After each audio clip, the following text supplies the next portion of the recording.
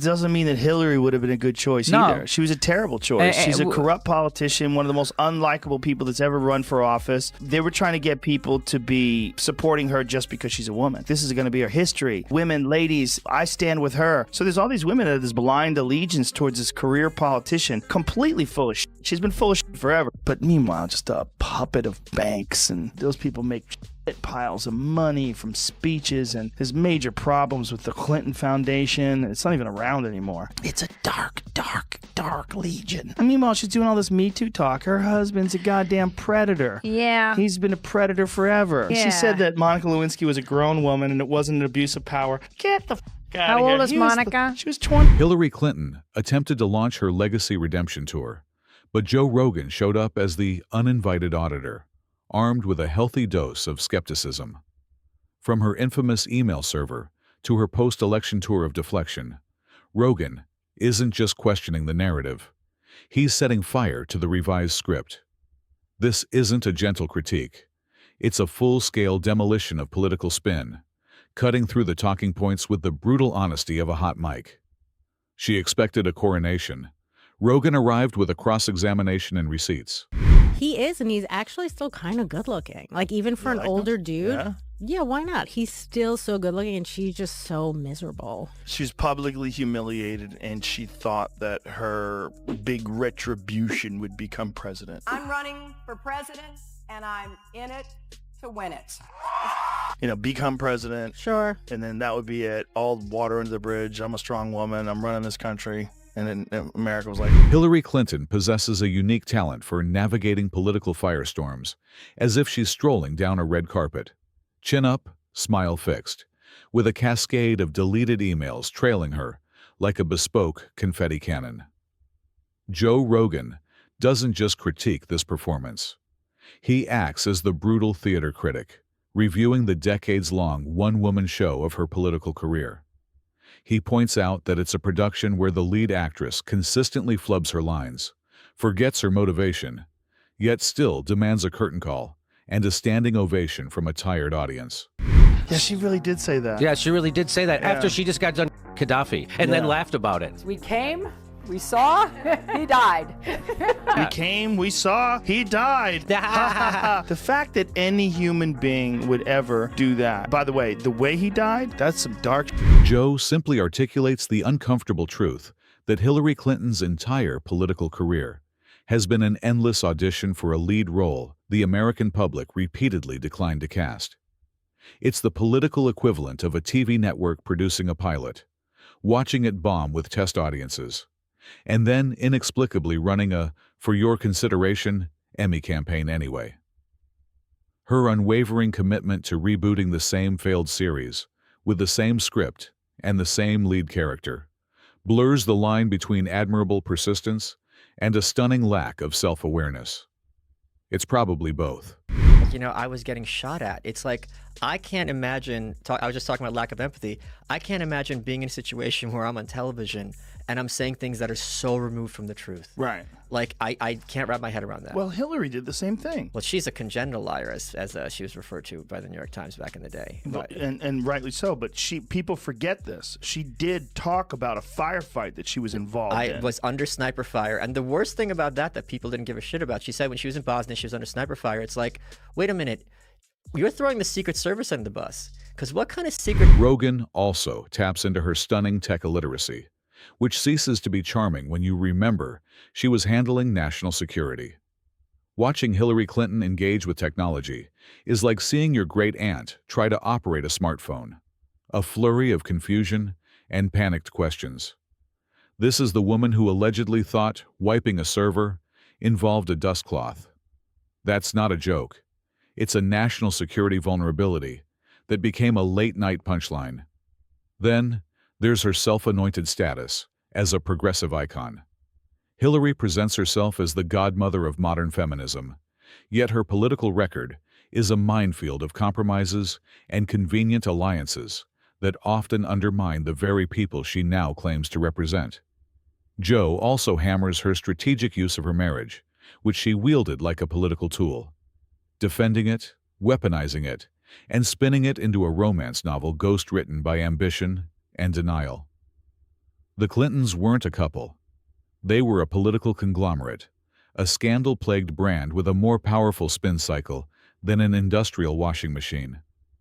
He dissects her uncanny talent for turning any setback into a strategic advantage.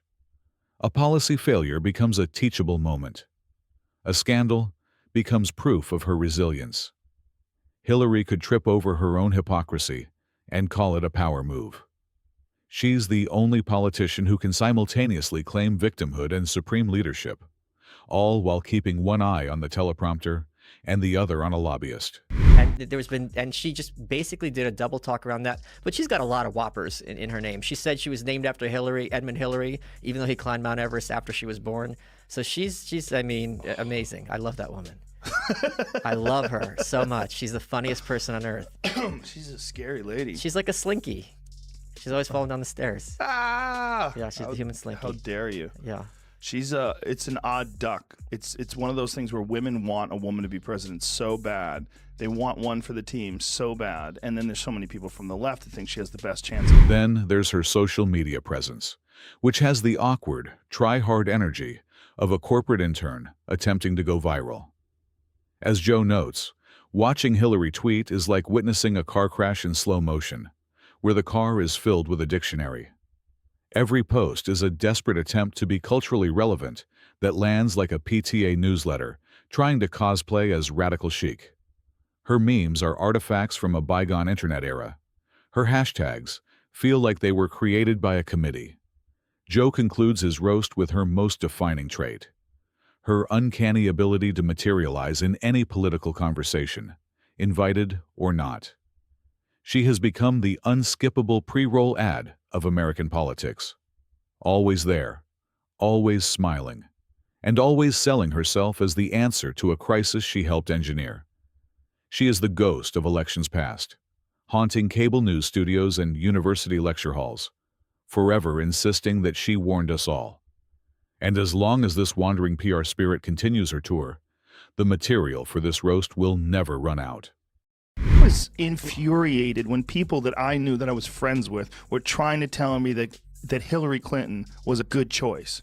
And that's the same choice. I'm like, look, I don't know if she's murdered people, but I know that I worry that she's murdered people.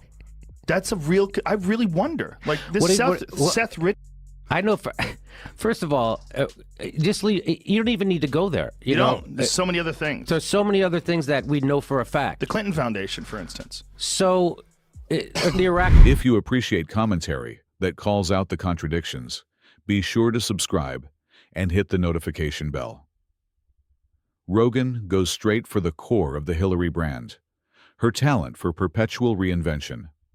The woman has pivoted her political identity more times than a failing tech company searching for a viable product. One day, she's the global champion of women's rights. The next, her foundation is cashing checks from countries where women can't even drive. She manages to be both a feminist icon and a foreign policy pragmatist in the same breath. If hypocrisy were a professional skill on LinkedIn, Hillary's profile would be at the top, endorsed by cognitive dissonance and strategic amnesia.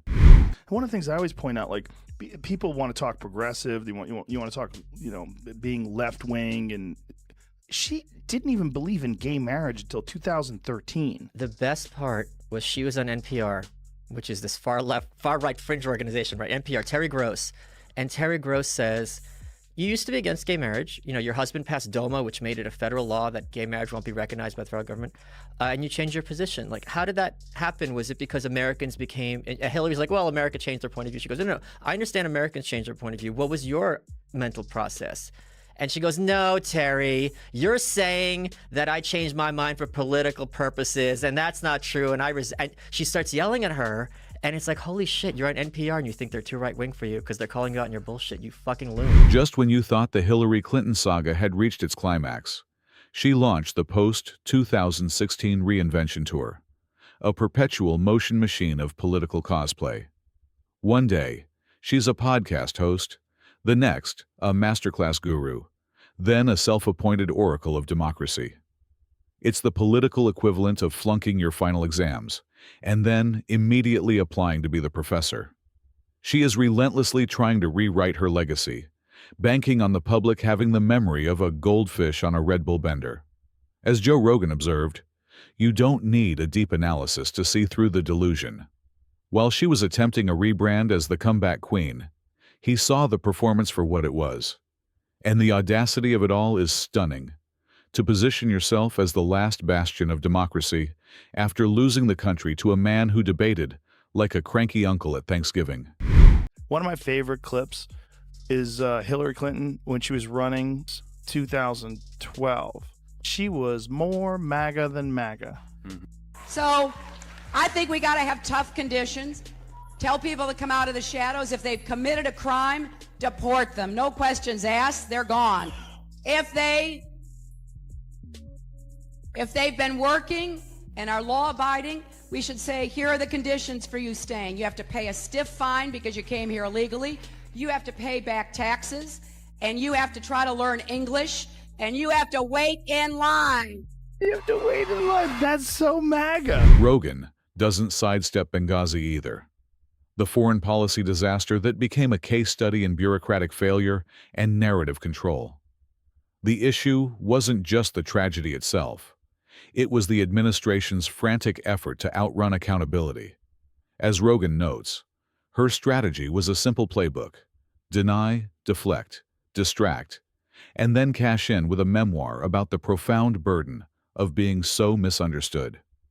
Speaking of which, her post-election book is a goldmine of grievance. Joe dissects it as a bizarre work of fan fiction, where the author is simultaneously the story's noble hero and its unappreciated genius. Every page is a therapy session where she diagnoses everyone else's flaws, from James Comey to the media to misogyny itself. Rogan paints the final picture perfectly. Hillary takes the stage like a glitching animatronic, delivering speeches so robotic they make a Broadway production look like improv. Every word is a talking point. Every sentiment is poll-tested. She addresses voters as if she's reading from an instruction manual. And in doing so, she achieves the impossible. She makes inspiration sound like a threat. The thing was, he was packing stadiums. Yeah. She couldn't even fill a fucking high school gymnasium. Right. She was pulling all the strings, and she had all the favors that she was pulling in, and she had a shit ton of money behind her, and they were completely arrogant, and all the liberal elite in the media thought there was no chance that she was going to lose. She's 95% shoo-in to win the presidency, and she walked around like she was 95%. She already thought she won. Yeah. Then, of course, there's the email server.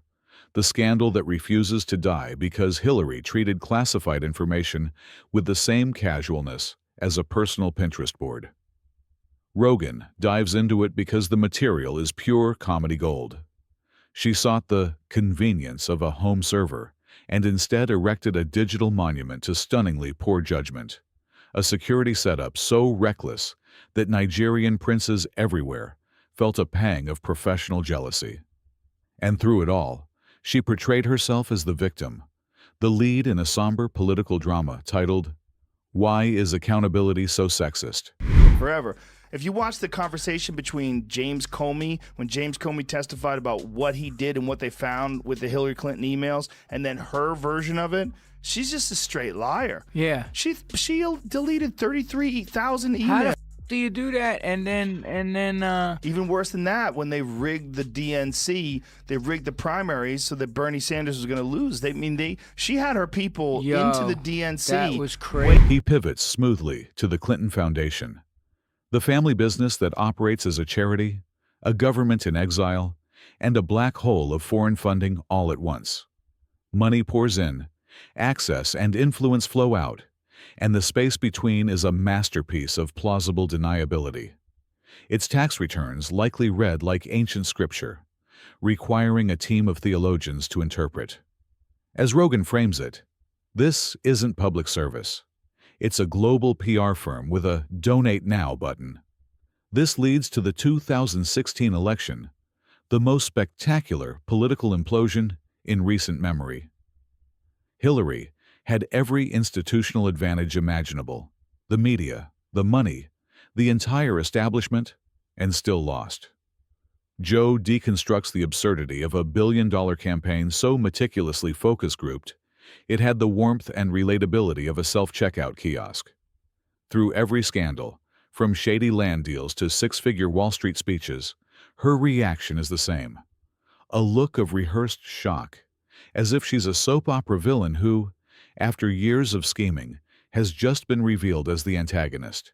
Hillary Clinton has a very weird and I think shitty marriage. I don't think she has a husband who is in love with her or faithful to her, and I think I can't really blame him because she seems to have accepted this behavior since the inception of their marriage. And so, past this prologue, you're going to get what you tolerate. You know, what you permit, you promote. She spent all of her daughter's upbringing away, at work. Joe didn't just critique her failures. He illuminated the profound tone deafness of her entire legacy tour. It's like watching a documentary about the Titanic. But in this version, the captain spends 2 hours blaming the iceberg's foreign policy. She re-emerged, not with humility, but with a louder, more insistent brand of the same failed message, the political equivalent of doubling down on a karaoke performance at a wake. She is relentlessly committed to reminding everyone how close she came to winning. A politician with more hot takes than victories, each one aging like milk left on a hot sidewalk. While the political world moves on, she's stuck on a perpetual tour of her greatest misses. Rogan's critique required no embellishment. The facts of her career are their own punchlines. Her public life has become the political version of that group project, where one person takes all the credit for a failing grade. And so, her attempted image reboot has met its inevitable end. A hard system crash. The blue screen of political irrelevance. And we're just getting started.